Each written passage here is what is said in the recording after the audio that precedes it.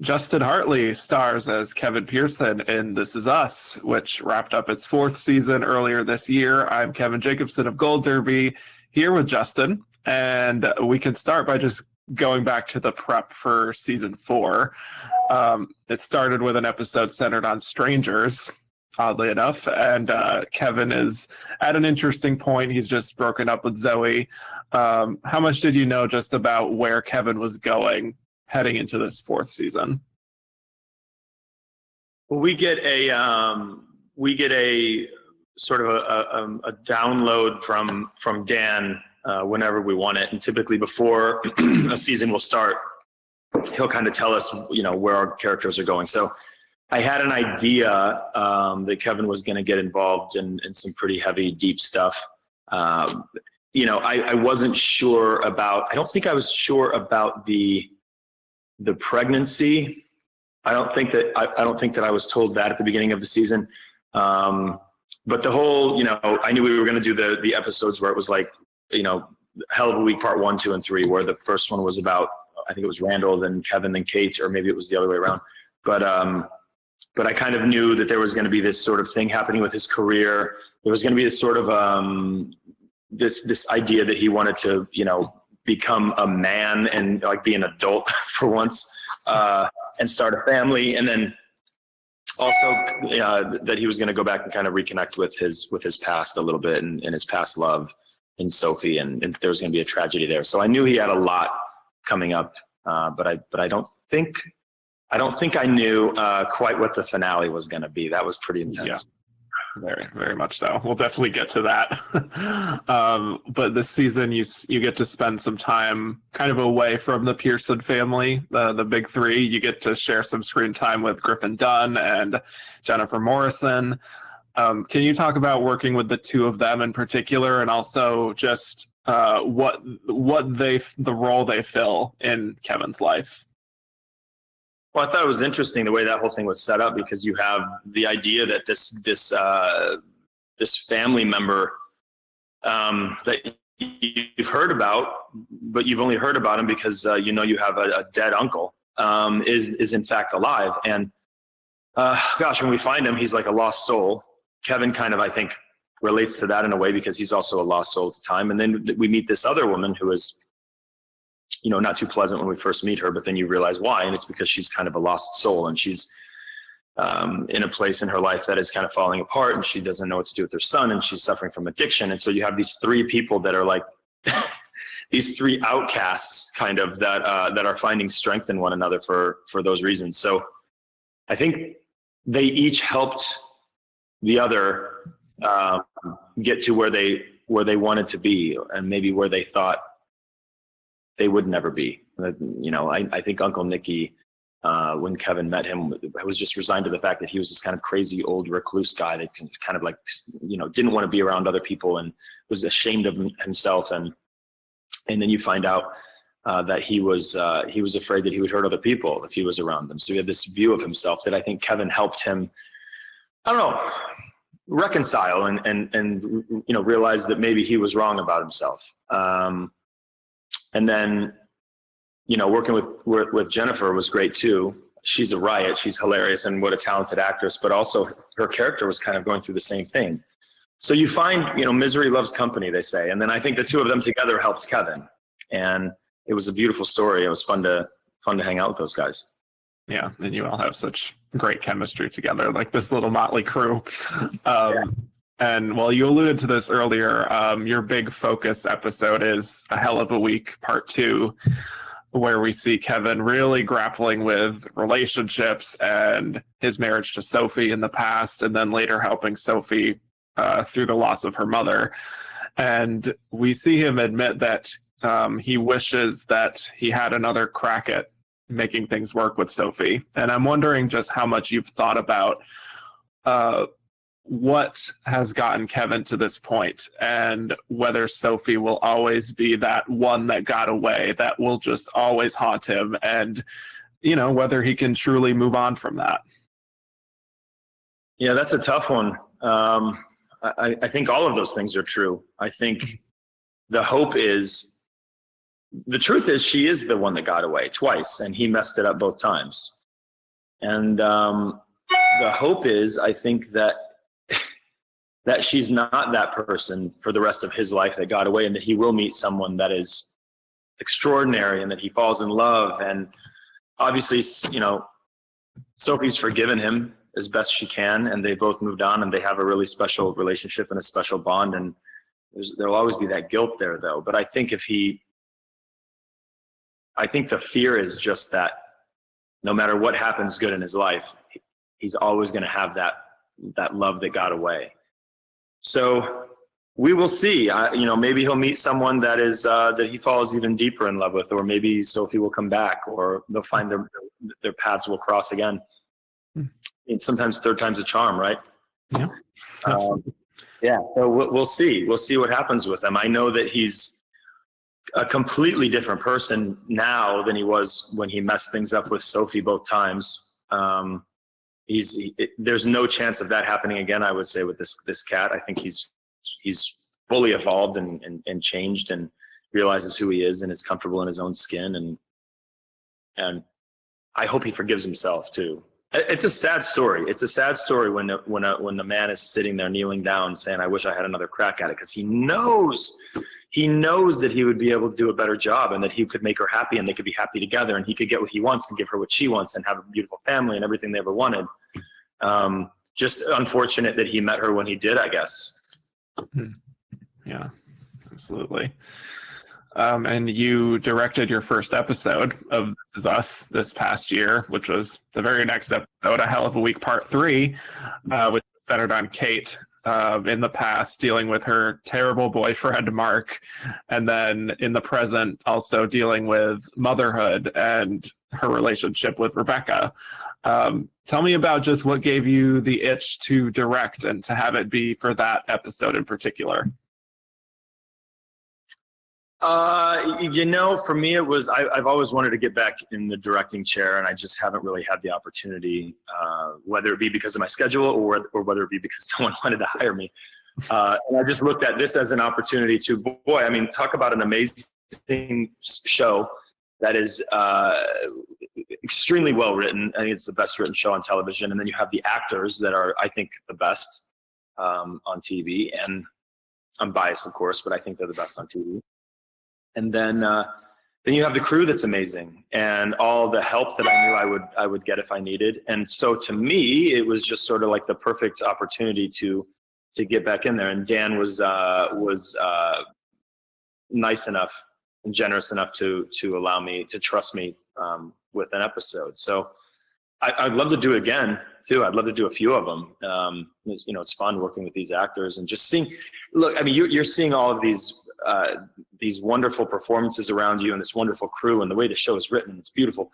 And so I'm like, well, this is a great opportunity for me to get in there and just sort of work with the best of the best. And then you go, oh God, this is like, This Is Us is sort of like a big deal, and I need to do a good job here. So it's a daunting task for sure, but I think it turned out great. I got a lot of help, and I think we ended up with a really good show. Absolutely. Yeah. I mean, all those 3 episodes were all just fantastic. And then the finale, we got to talk about this finale, because Kevin really goes through the ringer there between realizing that Madison is pregnant with his child, and that news is dropped on him in the middle of having a fight with Randall, and they really come to blows. What was it like to film that incredible scene with Sterling K. Brown? That was great. You know, Sterling and I are really good friends, and we have a lot of respect for each other. And a lot of people asked, they were like, is that hard to do? With, you know, because we know you guys are friends. Is it really hard to do that? Because you're saying some awful shit to each other. And we kind of looked at each other, and it was like, no, it's actually not. I trust him as you know, and he trusts me, and we're actors, and I know that he's going to go for it, and he knows that I'm going to go for it. And, you know, we're laughing. There's a series of photos that you'll see us laughing where the man, this is before social distancing, the man's mouth is like 2 inches from my mouth, and he's laughing in my face, and I'm trying to hold a straight face, and I start laughing. That was during that scene. So it started in the backyard, and then we kind of walked through the house, and those photos that were taken of us laughing at each other or with each other were taken before we even got inside the house in that scene. So just to give you an idea of like how we work together. But yeah, that was exciting. And I also think just the things that were said, the reason it was so painful is because there's so much truth behind them for both of them. You know, Kevin saying the worst thing that ever happened to me was the day they brought you home, I swear to God, is in to think that he actually, I don't know if he's saying that necessarily to hurt Randall as much as it is just like what he really believes, and he thinks Randall needs to hear that right now. And then, you know, Randall to say you're chasing my shadow. Dad died disappointed in you, and that's what really bothers you. That also is true. And for some reason, Randall felt the need to say that right now. So, and they're dealing with, in my opinion, betrayal. You know, I thought we were on the same page with, or Kevin thought we were on the same page with the way they were going to deal with Mom. We had an agreement, and then find out that Randall goes behind his back. I don't know, that's tough stuff.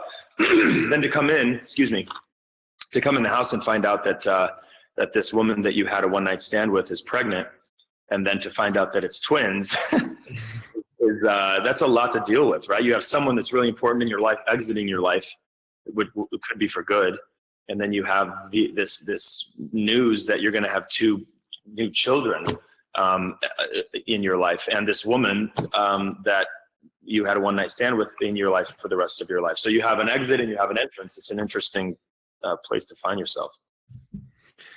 Yeah, it's a lot, but I imagine it's like a piece of theater almost for you know, you and Sterling K. Brown. So must have been fun. Well, the show is just so personal for people, a lot more than most shows, just because of how relatable it is for everyday people. You know, it's not fighting dragons or laundering drug money or anything like that, although that would be an interesting plot line. Yeah, not yet. Season 5's coming.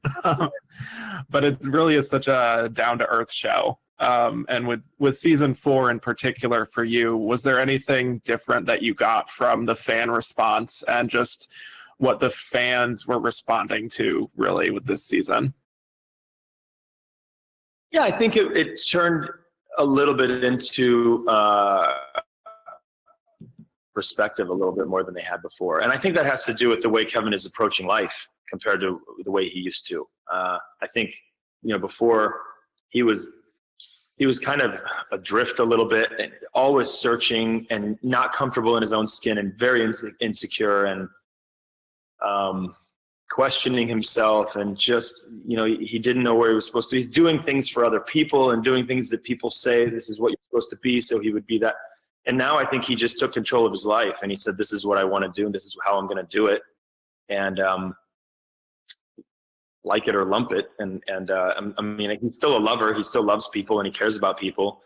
But I think he's taking a little bit more control of his life and care of himself. And I think people kind of, you know, recognized that and responded to that. And it seems like people are enjoying that, watching him sort of grow up and take responsibility for his past, and then try to change the way his life is going to be based on the way he approaches it.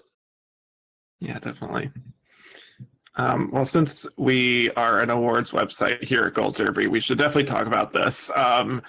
After 3 years of campaigning in Best Supporting Actor in a drama series, you are making the big jump up to Best Lead Actor for Season 4, joining Sterling K. Brown and Milo Ventimiglia.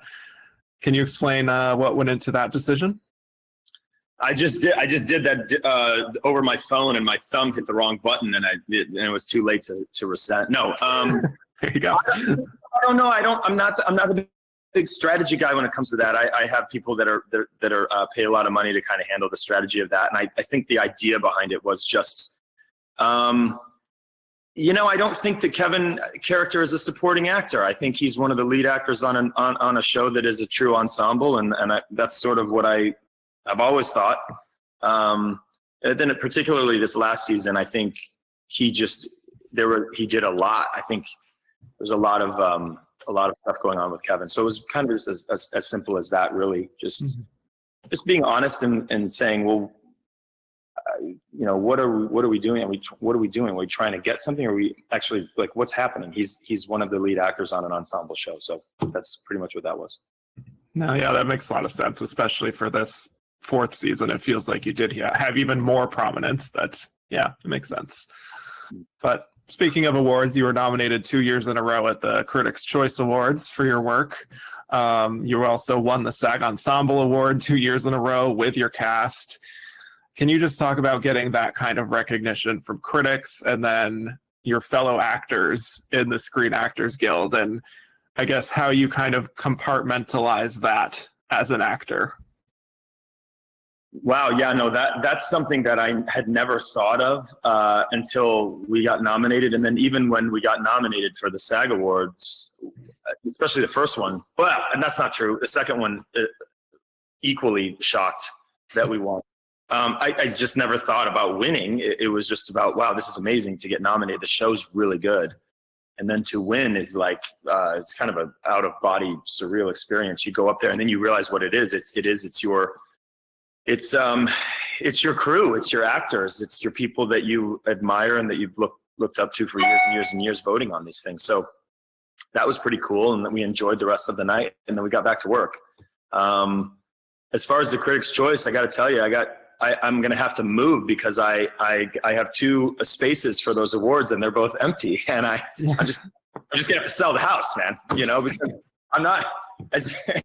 But yeah, if I could be critical, I would say, can I get one of those, please? No, but it's really nice to be recognized. It's not why you do it. I always say it's really not, but I'm not too cool for school, man. It's really, really special and cool when people recognize the hard work that you do, because we do work really hard, as does everyone on TV. So it's nice.